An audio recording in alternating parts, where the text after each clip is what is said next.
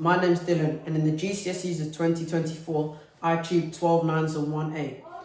This video will be going through 3 mistakes which I quit doing, which allowed me to achieve these grades. Tip number 1.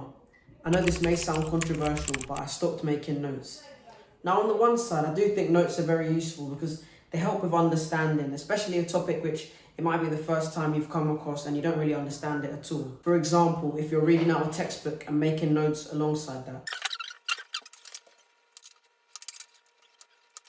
Although, this can quickly turn into quite a pointless and time-consuming exercise, especially if you over-obsess over making nice, fancy notes, given that it'd be a much better use of your time to be doing practice questions or something that will actively force you to retrieve knowledge from your brain, rather than just looking at it in a textbook and then writing it onto a piece of paper. Over-obsessing in aesthetics is a trap that many people fall in, which leads to them wasting time making nice, good-looking notes that in the end do not produce much yield or outcome in terms of results. Now, this can be detrimental to your grades rather than beneficial. Furthermore, I also believe there are so many free resources on the internet that allow you to get notes without any effort put in by you.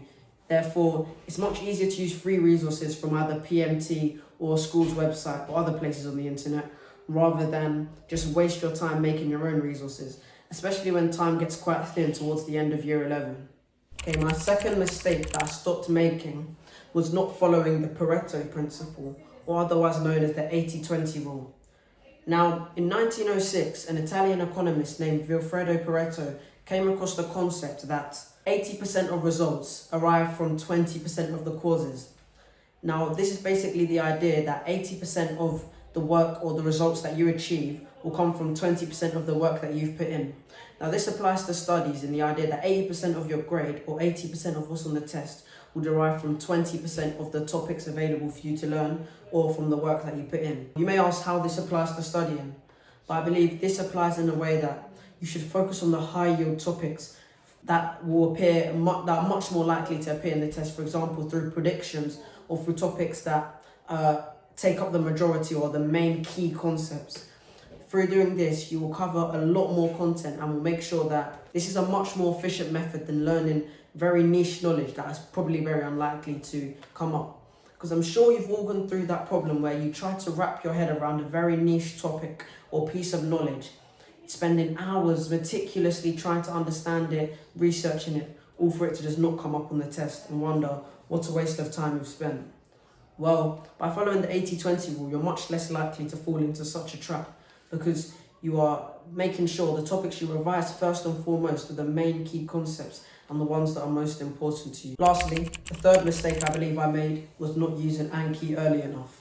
Now, I believe Anki is the single-handed most useful tool to a GCSE student. Now, that might be quite an outrageous statement, but I believe it's true given that it combines spaced repetition and active recall, providing the most efficient way to complete flashcards and to learn information. For example, if you ever struggle recalling knowledge that you've learned over a year ago, by using a flashcard app like Anki rather than Quizlet, Anki will systematically bring back old cards that you had studied or learned a very long time ago, back when you're most likely to forget it. Now, this is very useful because it means that you don't have to think, oh, when was the last time I did that subject? Or you don't have to physically organize yourself to do subjects. It's all done for you. It gives you more motivation to revise and less work at the end of the day, which makes it easier for you to put the work into the exams rather than organization. Furthermore, I believe Anki improves your discipline and motivation, given that it gives you a set number of cards to review each day.